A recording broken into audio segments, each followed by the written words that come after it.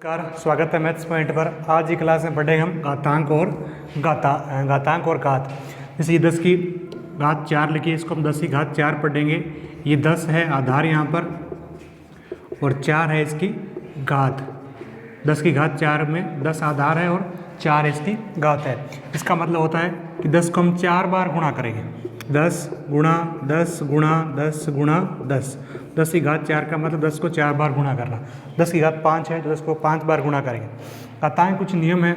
1 घात m गुणा 1 घात n बराबर होता है 1 घात m प्लस n। यानी अगर आधार सेम है और घातांक अलग अलग है और गुणा हो रहा है तो घातांक जुड़ेगी। m और n जुड़ेगा अगर गुणा हो रहा था। इसी तरीके से आधार सेम है, यहाँ पर a और a, घात m और n अलग अलग है, भाग हो रहा है तो m में से n घटेगा। m में से n घटेगा। जैसे 4 की घात 3 गुणा 4 की घात 5, 4 की घात 3 गुणा 4 की घात 5। आधार सेम है 4 4, तो ऊपर घात जो है वो गुणा कर रहे हैं तो जुड़ेगी 3 और 5। कैसे कि 4 की घात 3 का मतलब आप 4 को 3 बार गुणा करोगे, 4 गुणा 4 गुणा 4। और 4 की घात 5 का मतलब 4 को 5 बार गुणा करोगे तो कुल मिलाकर 4 कितनी बार आ गया? 1 2 3 4 5 6 7 8 बार आ गया। तो 4 की घात होगी 8, यानी 4 की घात जुड़ेगी जब गुणा हो रहा है तो 3 और 5, 4 की घात आ गया 8 जब गुणा में हो, आधार सेम हो तो। इसी तरीके से ये घात जो है भाग में हो तो घटेगी।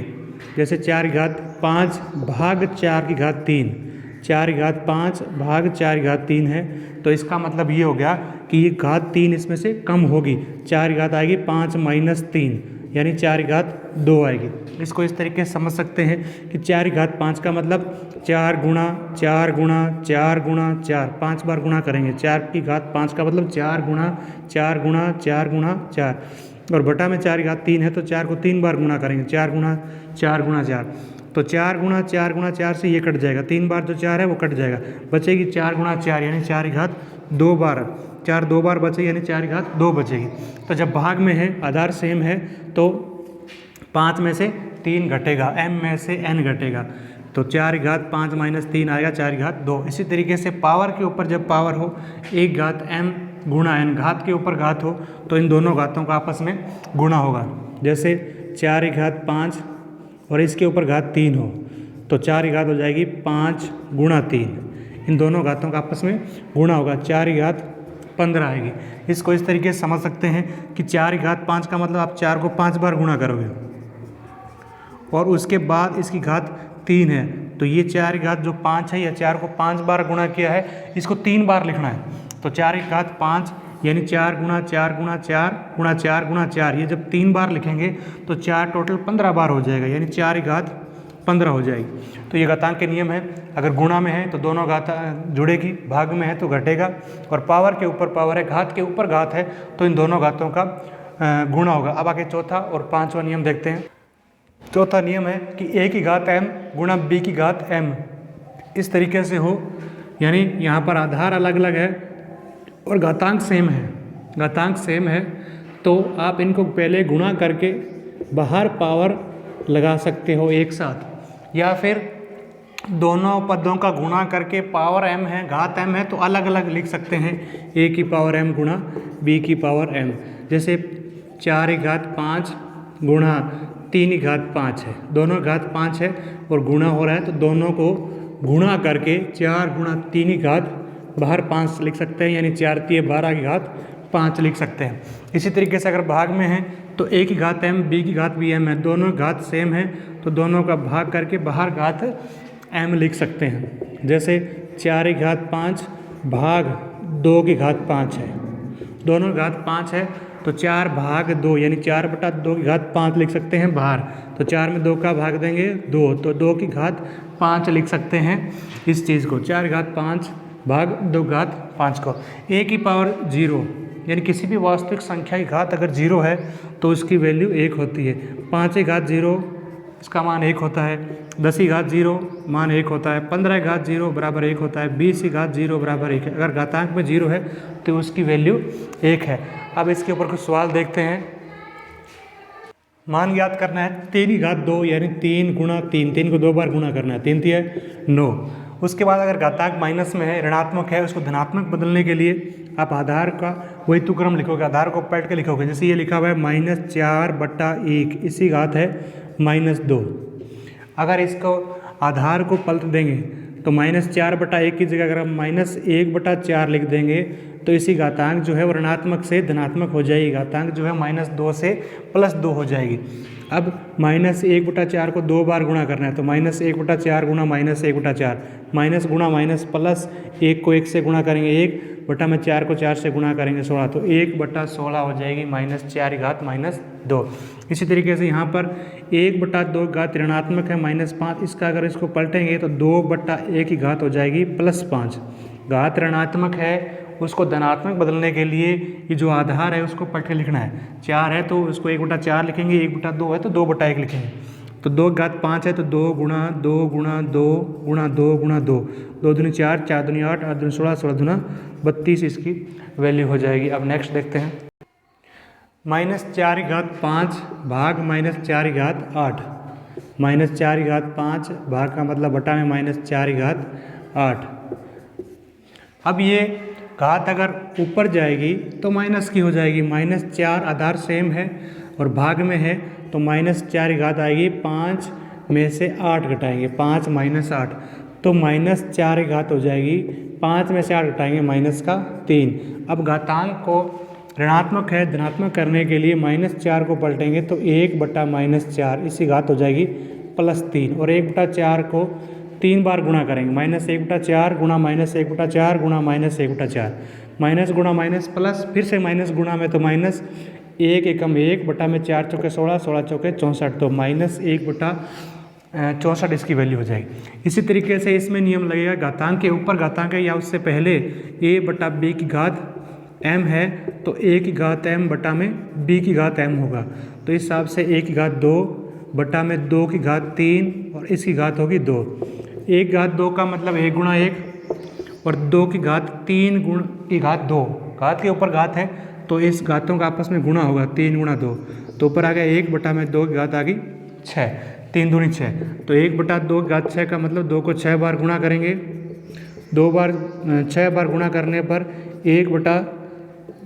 2 दूनी 4, 4 दूनी 8, 8 दूनी 16, 16 दूनी 32, 32 दूना 64, 1/64 इसकी वैल्यू हो जाएगी। इसी तरीके से ये -3 की घात 4 है तो -3 गुणा -3 गुणा -3 4 बार लिखेंगे, और 5/3 की घात 4 है तो 5/3 गुणा 5/3 गुणा 5/3 गुणा 5/3, तो ये 3 गुणा 3 से 3 गुणा 3 कट जाएगा, 3 गुणा 3 से 3 गुणा 3 कट जाएगा, माइनस गुणा माइनस प्लस, फिर से माइनस तो माइनस, फिर से माइनस तो प्लस, 5 को 5 से गुणा करेंगे 25, 25 5 125, 125 को 5 से गुणा करेंगे 625 इसकी वैल्यू हो जाएगी। नेक्स्ट देखते हैं, m का मान ज्ञात कीजिए, 5 की घात m भाग बटा में 5 की घात -3 बराबर 5 की घात 5। अब घातांक का नियम है कि a की घात m बटा में b की घात a की घात n हो तो एक घात हो जाएगी m - n, तो ये 5 की घात हो जाएगी m -3, नीचे वाली घात कटेगी ऊपर जाएगी, निशान चेंज हो जाएगा, 5 की घात 5 तो 5 की घात हो जाएगी m -+3, तो 5 की घात होगी m +3, राइट में होगी 5 की घात 5। अब यहाँ देखना आधार सेम है, आधार सेम हो तो घातांक सेम होते हैं, आधार सेम है यहाँ पर 5 और 5 तो घातांक भी सेम होगा, यानी m +3 जो है वो इधर 5 के बराबर होगा, तो यहाँ से m का मान आ जाएगा 5 + 3, राइट में आएगा -3, 5 - 3 2, m का मान हो जाएगा 2। नेक्स्ट क्वेश्चन, 3 की घात -7 भाग 3 की घात -10, 3 की घात -7 भाग मतलब बटा में 3 की घात -10 गुणा 3 की घात -5।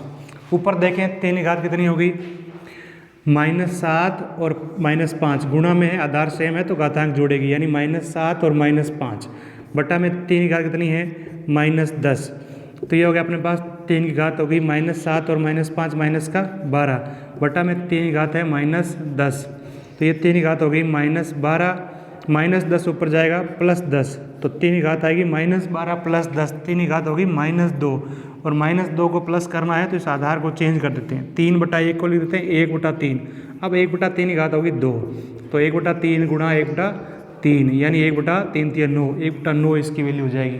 नेक्स्ट क्वेश्चन, नेक्स्ट क्वेश्चन है 3 की घात -5 गुणा 10 की घात -5 गुणा 125 बटा 5 की घात -7 गुणा 6 की घात -5। इसको सरल करना है।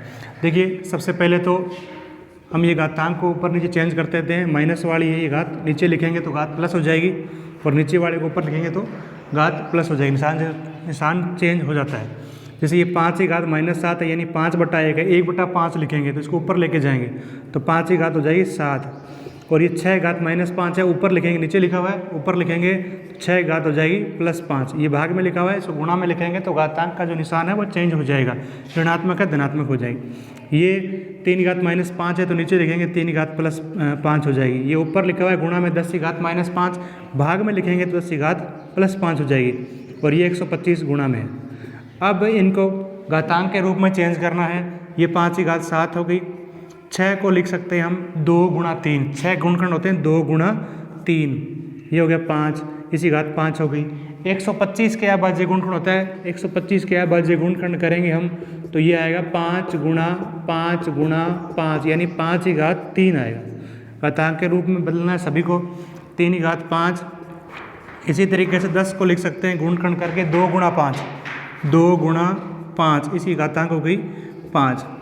अब यहाँ लगाना है a गुणा b की घात m है, a गुणा b की घात m है, तो इसको आप ऐसे लिख सकते हो a की घात m गुणा b की घात m, अलग अलग करके।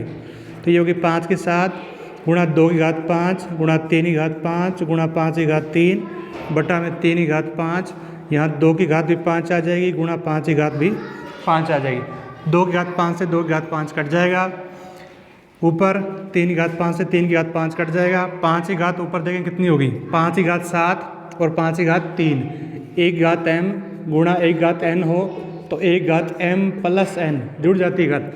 इसी तरीके से 7 और 3 जुड़ जाएगा तो m की घात हो जाएगी 5 की घात हो जाएगी 7 + 3, नीचे है 5 की घात 5 तो ऊपर होगी 5 की घात 7 और 3 10, नीचे है 5 की घात 5 तो भाग में है तो ये माइनस हो जाएगी, 5 की घात हो जाएगी 10 - 5, यानी 5 की घात हो जाएगी 5।